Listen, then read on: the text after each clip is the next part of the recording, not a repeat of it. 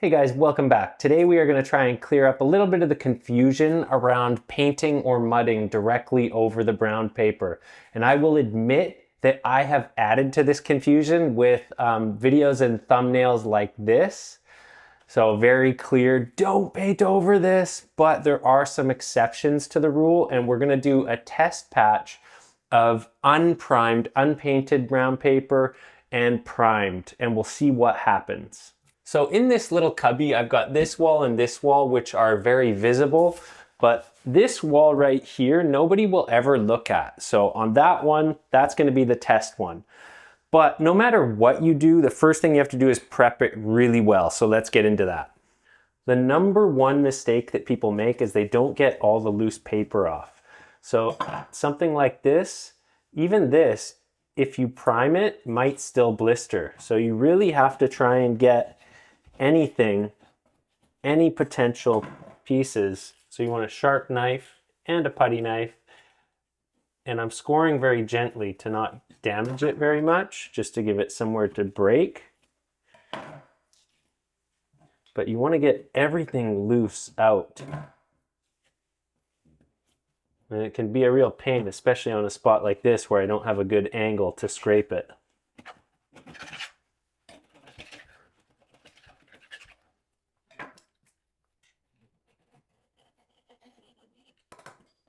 You want to try not to score very deeply into the drywall, just enough to take off that layer. So I want this off, but I don't think I can get it off. So we'll have to resort to just priming it. Yep, all of this stuff has to come out. I usually just kind of use my putty knife. There's a bit of technique to it that you might figure out to try and lift those edges. It's definitely really painstaking.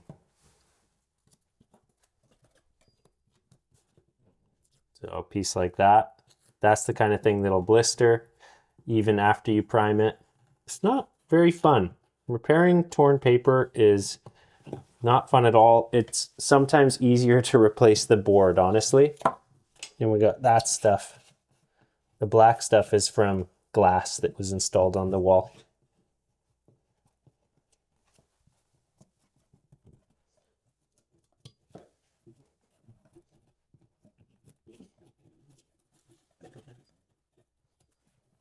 Tapping on it will help you find if it's a blister or not. Okay, that one's good. So I'm going to spare you guys having to watch me do the rest of that. I'll do it off camera. Just know I'm going to put that much time and attention into all of it. Okay, you can see how much came off. And yeah, don't be afraid if it really spreads out farther than it initially did. Sometimes it just needs to. And some of this paper I've been just taking off with my hand like that. I find that it's the face paper separating from the bottom layers. It's not so much the bottom layer of paper separating. Honestly though, I don't think I need to do this. I think if I just prime this, it'll be good enough. But yeah, just making sure that you can't hear any blisters anywhere. And this is the side that we are going to be doing without any primer. I'm definitely a little worried about it. I think it will blister, but I have some methods for that if it does. For priming, my favorite product to use is Bin Shellac Primer. This stuff dries within about an hour, like bone dry. The smell is pretty bad at first, but it goes away quite quickly. Oil-based primer, I feel like you have to wait a solid 24 hours before you really should coat it with a water-based product, whereas this is good to go so fast. I've tried Guards, the water-based stuff. It's basically like a thinned down wallpaper sizing. I don't like that stuff at all. I find that it blisters really badly because it's water-based, so it does not live up to its claims. Some other products you can use is spray adhesive. That works really well. I've also tried just thinned down carpenter's glue. Actually, it wasn't thinned down, it was just carpenter's glue. I smeared it on and it dries really quick and was able to be coated pretty quickly. I have videos on all this stuff if you're interested too. You could just look up coating torn drywall paper. It should all come up. But anyways, let's get to coating this. There really isn't much to it. I like to use a roller with a little bit of nap. so that you can actually mash the stuff into all the corners. That's really important, is that you're kind of gluing the loose papers back down as well. You can use a brush. A brush works really well also. I wouldn't use one of those whiz rollers that has no nap, and I also don't like spray primers as much because you can't mash, you just can't mash it into all the crevices where it needs to be.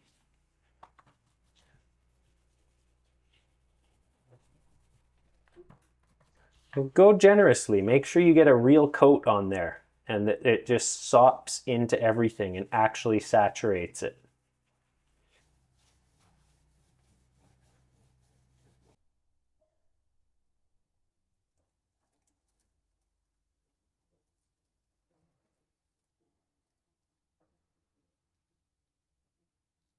This has had a couple hours to dry, and the first thing you're going to notice is that there's a lot of paper kind of sticking up. It's pretty rough, so it's not a bad idea to give it a really gentle sand. So you'll notice that was very quick because I don't want to actually open it up and give places for the moisture to come in. The purpose of that was just to flatten it out a bit so we don't have to coat a whole bunch of crusty paint swollen paper. Okay, next let's repair this stuff. So let's start with the unprimed stuff. The first thing I have to do here is tape this bit right here because the tape came right out. And I'm just using 40-minute mud for anyone who's wondering. I find that I usually get much better results when I use 40-minute, it doesn't have to be 40, but setting type mud for these kinds of repairs, because setting type mud is much more stable. So after it sets, even if you do have some small blisters, sometimes you can just coat it a little bit thick and they'll disappear. Okay, so now that we've got that taped, we can start on the repair. I've also got it mixed pretty thick, so that's something to consider. If it's thicker, there's going to be less moisture seeping into the paper. So keep that in mind when you do this. And I am applying it a little bit thicker than I normally would. There's some stuff above the camera that you guys can't see that I'm coating really quick. Sorry, that makes it not as visually exciting for you, so bear with me. It's kind of a tight space that I'm trying to film in. Okay. So there is the top, that's pretty good. And now we'll do the bottom up. Yeah, I'm interested to see what happens here. So again, I am coating it a little bit thick, but it actually calls for it. This isn't unnecessarily thick. In order to balance out all this stuff, sometimes you do actually have to bury it a little because we've got paint lines and all kinds of stuff we're trying to hide here. So that'll work to our advantage. And we'll take a look at this in maybe about 10-15 minutes to see if any blisters are coming through. And I probably don't need to do the best job because it's in a pretty obscured space, but I may as well show you guys how to do a good job instead of a half-assed job. So it's getting a little crusty right there, which is why I often have to build it out just a little bit more. Like sometimes it's just easier. I probably should be using a bigger knife, but whatever. It doesn't have to be perfect yet. We can handle the imperfections on the next coat. This is actually a very challenging space to film in. I could do this about twice as fast if I wasn't trying to block or not block the light and have the camera be in a half decent spot. It's definitely making it awkward for me. I think not having blisters has less to do with priming the surface and a lot more to do with how well you prep it. I'm gonna cover that marker to some degree. Maybe it won't bleed through the paint.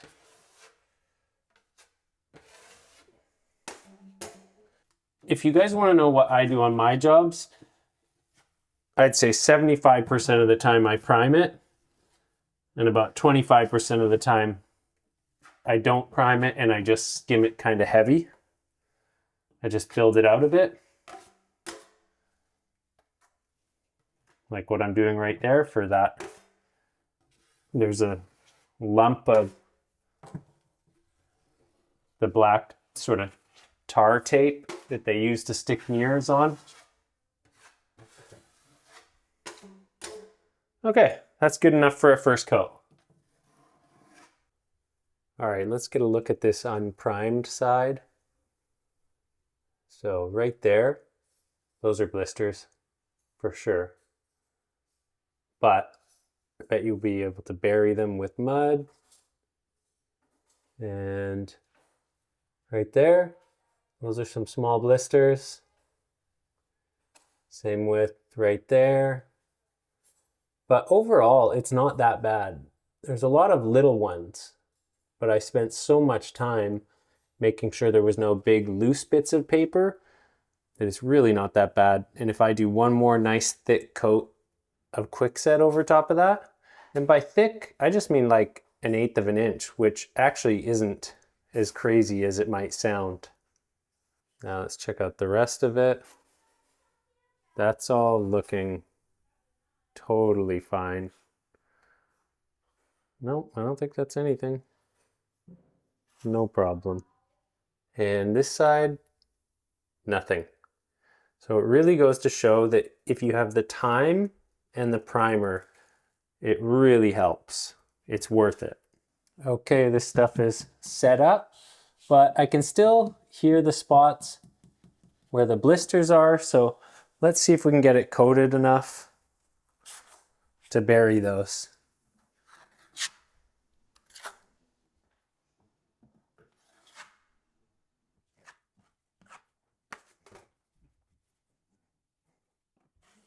Feather into the corner.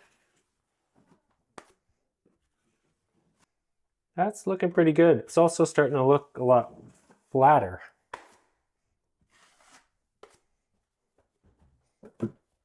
This is one of the more awkward spots I've had to try and film in a while.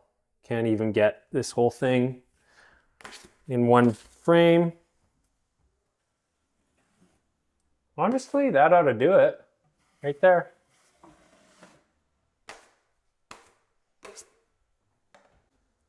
Let's get a good look at that. I don't think any blisters are going to be able to come through that coat. It's not as thick as it looks. Like it's probably 1/8 of an inch, which isn't unreasonable. That's pretty similar to what I would do to bury it even if it was primed, just so it comes out nice and flat. Now I'm going to coat the rest off camera. Okay, here it is after about 10 minutes.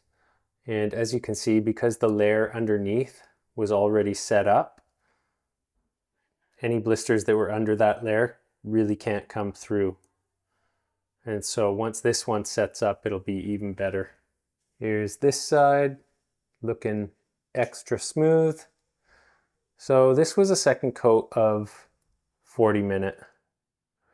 So far we haven't had any air drying mud on here. And in order just to hide, again, the unevenness of paint lines and little bits of paper that are fluffing up out of the holes from the screws that were removed, and those little bits of that black stuff from the mirrors, I still had to build this one out pretty thick, so you can see that the left-hand side wasn't actually that abnormal compared to my regular work. And it was only these ones that are in the center with nothing else to hide around them that I was able to coat it very lightly. So it's not uncommon for me to actually have to lay quite a bit of mud on, whether it's blistering or not. So now I gotta let this set up and then we'll put some all-purpose on it. I'll show you guys what it looks like. And then I'm also gonna show you guys what it looks like after sanding and primer. So we can see if any of those blisters actually did have a chance to come through. And then we can finally determine how much prep is actually necessary for covering the torn paper, because that's what this video was actually about. Okay, so here it is finished coated. And yeah, just a big skim. The only problems I might have are right here, which was actually some of the quickset delaminating a little bit. One of the reasons I don't like doing 2 coats of quickset in a day. Can just sort of cause problems. But overall, yeah, it's very smooth. Even the corners are looking pretty okay. So I skimmed out this whole side as well, just to make it uniform. So you can still see the quickset shadowing through underneath. There are no blisters whatsoever. But I'm trying to show it with more light here, and the camera's doing something weird. There's some bar across the middle. Has something to do with my lights. But yeah, it's good. No blisters, no problems. This one right here also, no blisters, no problems.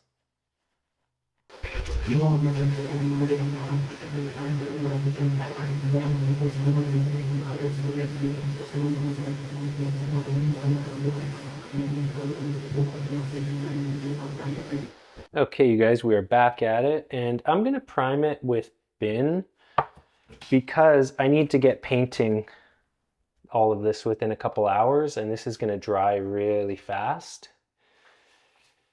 But normally I would just prime it with a water-based primer. However, we're also gonna have the added benefit, of not soaking this in water. Now, I don't think that I'm actually going to have any problems with blisters from the brown paper. I do, however, think that I might have some problems from delaminating quickset. So this will also be a bit of a safeguard against that.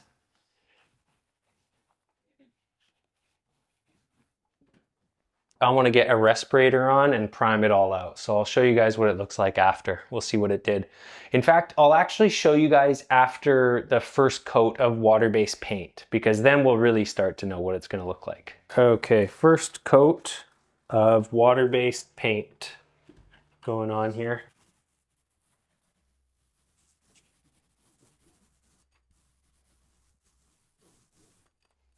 Okay, the first side that got the shellac treatment, and I've got the light glancing right down the wall. So if there's anything, you can see it, like this one little booger or crumb in the paint that'll get taken care of after I sand it, but no blisters whatsoever.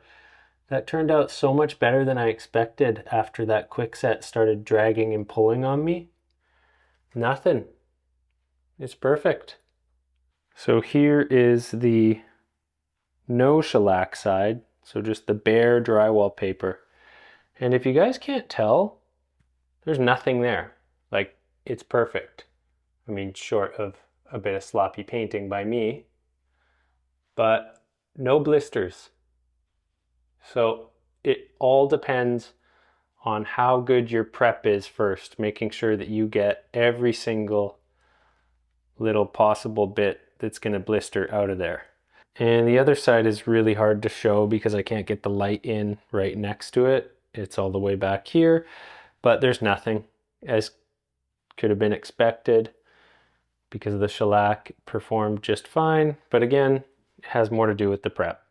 So again, just comes down to how much prep you do. And if you have read any of the comments in the torn paper videos in the past, and you see all those people like, I never do anything to it, I just coat right over it. That could be people that just know how to treat it in the first place. Again, adding about a 1/8 layer of quickset locks down any potential blisters that could come up. But yeah, I hope this lays this to rest. For about the 10th time, it's all in the prep work. I would definitely still recommend using this. For sure, it makes it more solid. Definitely, that would be best practices, but if you're in a pinch and you don't have anything else, there is a way to get it done, as you guys saw, like totally blister free with zero paint. So anyways, I hope you guys are doing well, and until the next one, whatever and whenever that may be.